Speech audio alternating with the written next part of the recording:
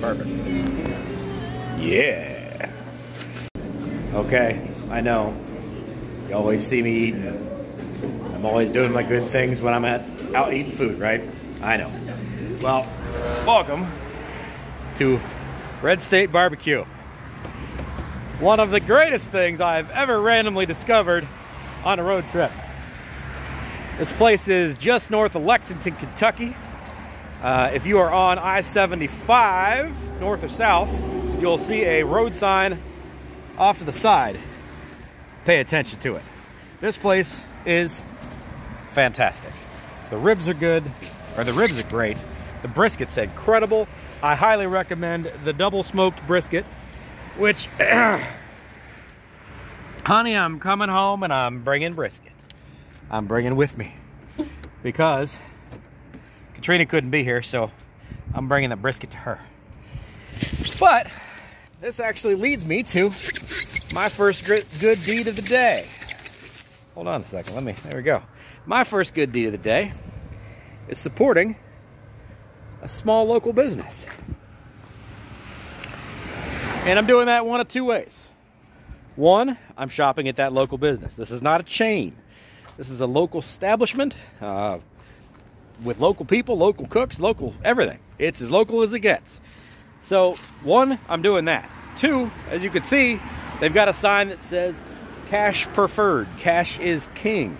That way this small business can keep all of their profits and not have to pay any banking fees or credit card fees or any of that other stuff. So, I'm double dipping on my good things for these young people. I gotta say, I've been here 3 times. The people are fantastic.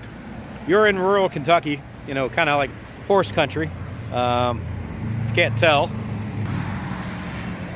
like I said, horse country. The people are just fantastic here. And I love to support. Man, that sun is beating down today. It is 70 degrees and perfect, by the way, here. What a wonderful stretch of weather we've all had. But I love to show support for small businesses. It's a shame, unfortunately, in America over the last couple of decades, we have seen a lot of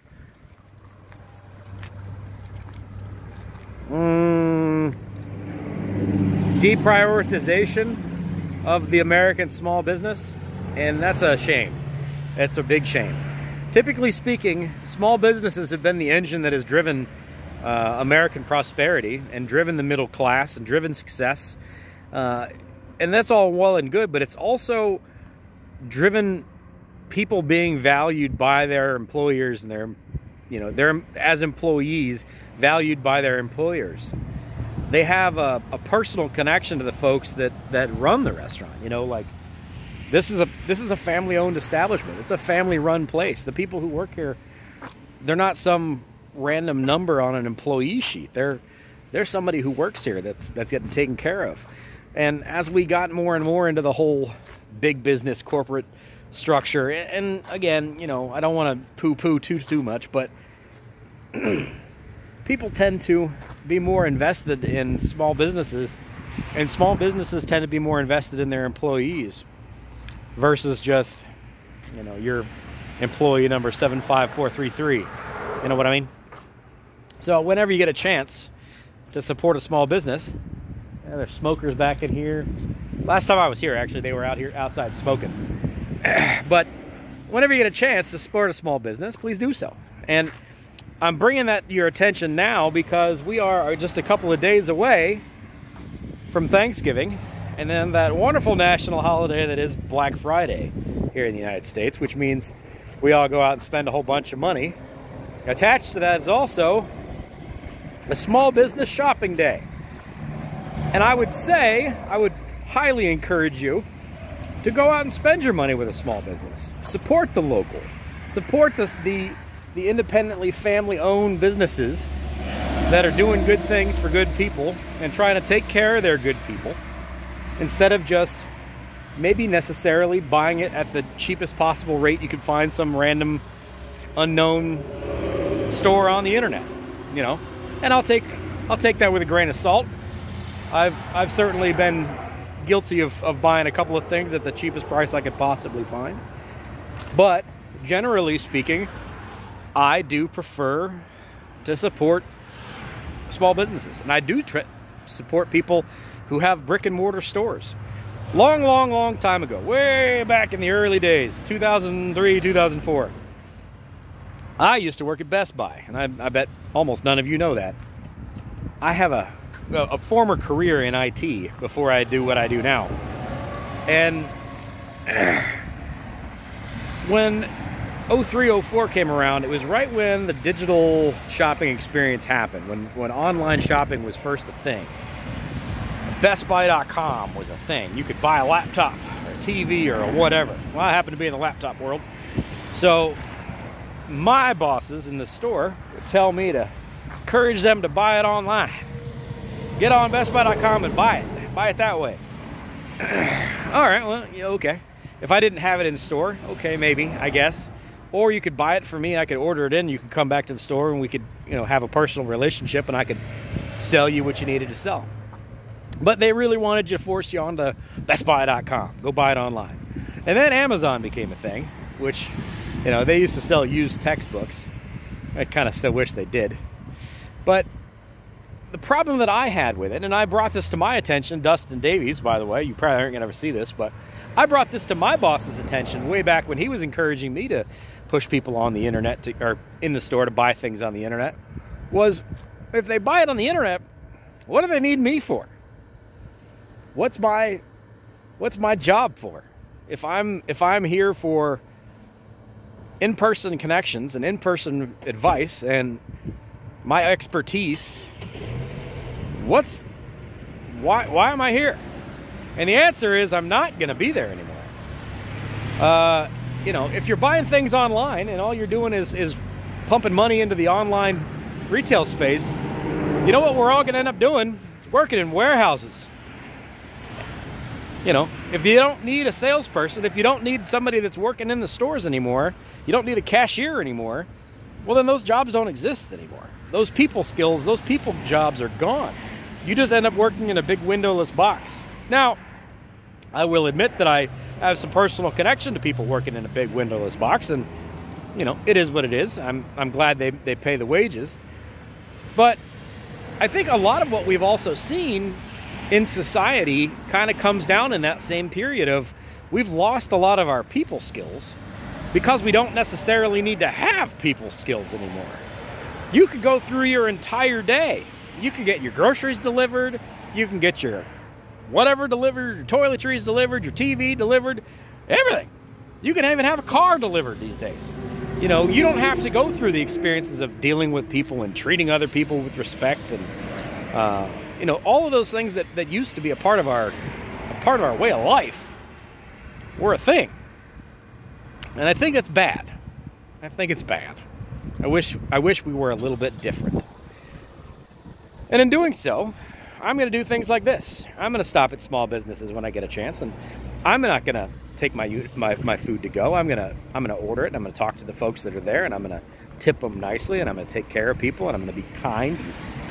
Those are the things that we need to do, that we used to do, and we can do again.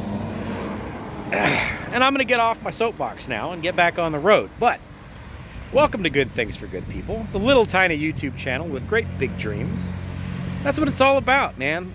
The whole thing with this channel is we want to use our platform here with YouTube to be able to affect positive change and to help people out. That's it. It's grandiose dreams. That's it. It's grandiose dreams.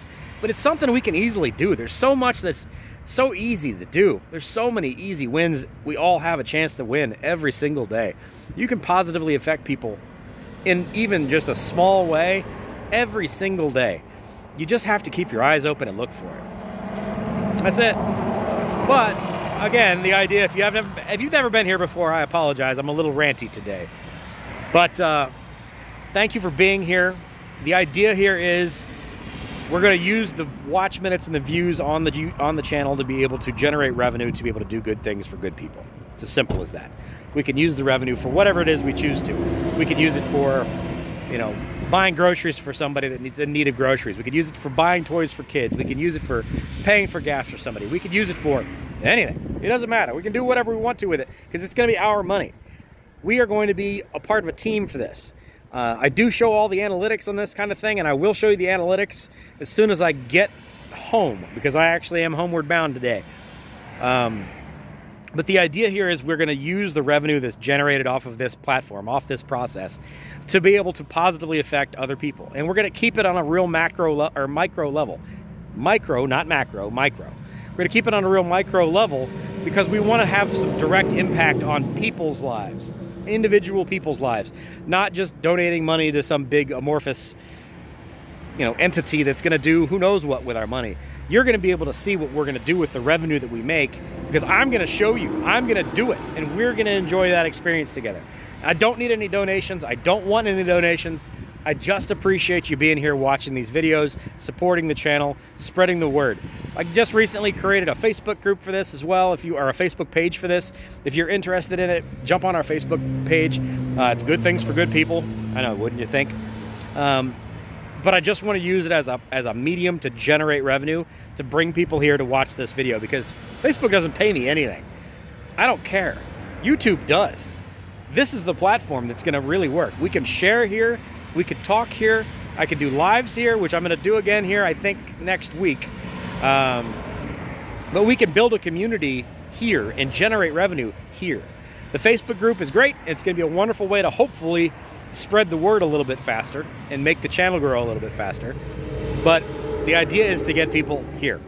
So thank you for being here. I appreciate that. I have about another 3 hours worth of driving to do. I'm going to get back home, and then we will do our analytic drill down of how great the last 2 days have been and how great today is. I'm in a great mood. It's a great day. I just had some great barbecue and great sweet tea.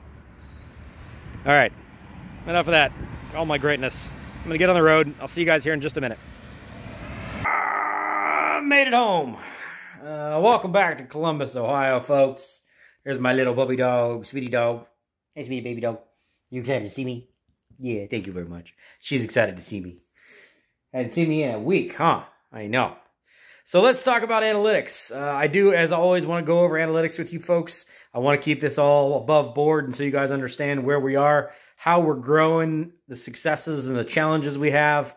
I want to keep it all honest, so you guys understand you all believe in this process. Capiche? All right, let's get to the analytics. I promise I'll keep this quick. All right, here is my Good Morning America, how are you? That I put up this morning. It's pretty good. 233 views, 53.3%. Average watch, 29 likes. That's pretty good. It didn't go, viral, but that's okay. It's got a good deal of likes. Hopefully that brings 1 or 2 new subscribers over this direction. We've never dove into the analytics of these, but you do have the ability to see things. Yeah, look at that. 3 subscribers. So if you are one of those 3 subscribers that came over from the short today, good to have you here. Thanks for being here. We appreciate you. But there's interesting things that you can get in here. You can get audience information. That's not real useful at the moment, but you can get all that. You can see what the engagement rate is, how long people typically tend to be here, 21 seconds. So, not great, but only 1.4 watch hours. However, as we've talked about, those don't count towards monetization. But there's also ways to figure out other things like how often people swipe away, all kinds of different things. We don't need to go into that. That's not real important for now. Let's get into the good stuff. We are currently at 419 subscribers. It is 5:10 in the evening on Thursday. So we were just cracking 400. If we go to our daily analytics here, you're going to see... we picked up 10 yesterday. We picked up 4 the day before that, but we picked up 10 yesterday, which is great. 641.5 watch hours total. And you can see the trajectory there. Again, as long as this line is kind of hanging out in that range or climbing, I'm happy. It's all about building the watch time at this point. To get a channel monetized, you need 1,000 subscribers and you need 4,000 watch hours, which is a ton of watch hours. The 1,000 subscribers, we're going to get there. Again, we're at 419, so we'll be at 420, hopefully, tonight, which means we're essentially basically halfway there as far as subscriber count goes, but we're not even a quarter of the way there as far as watch time goes. So the watch time will come as we have more people paying attention to the videos, and then it'll keep on rolling. You know, and as YouTube starts to understand the type of people that are interested in this content, that are interested in the message and that are on board with the mission, YouTube will hopefully start feeding out that content to other people, and we'll get to see, you know, other people joining in the ball game here. But I want to talk about the last long-form video we did while I was still in Tennessee. And did I buy lunch for some little old ladies? Yes, sir, I did. Go to our analytics here. And there you go. 150 views, 17.6 watch hours off just that one view, or that one video. And we got 3 subscribers from that one video. So again, thank you if you are one of those 3 subscribers that came over from that video. I do appreciate you being here. Watch time, 86.2% of our watch time was from subscribed. 13.8 is from non-subscribed. We can see our view count here, which is interesting. So we got 65 subscribed viewers that have watched it for an average of 10.5 minutes. We got 43 non-subscribed people for an average of 2.5 minutes. Which is why it's important that this gets in front of people that are interested in the message. Viewed or subscribed people are typically going to be more on board with it. They're going to stay around longer, you folks, and it's going to be a much more valuable view. As we get the channel monetized, those longer form videos, those longer form people that are going to hang out and stay around for the whole thing, that's where it really comes to. Now, the other flip side of that is we do need to discuss about is 65 people who are subscribed watched this video. This was our #1 video up for basically almost the entire day while it was up. And we can go to other videos and we can look at, let's look at the other, we'll look at the one right before that. Hang on a second. This is the one I shot up at the lake. Good Things in East Tennessee, right? 245 views, almost 25 watch hours. Great video. This was the #1 video that I've done in the last 2 weeks. But if we drill into the analytics a little bit more, whoops, that's not what I wanted.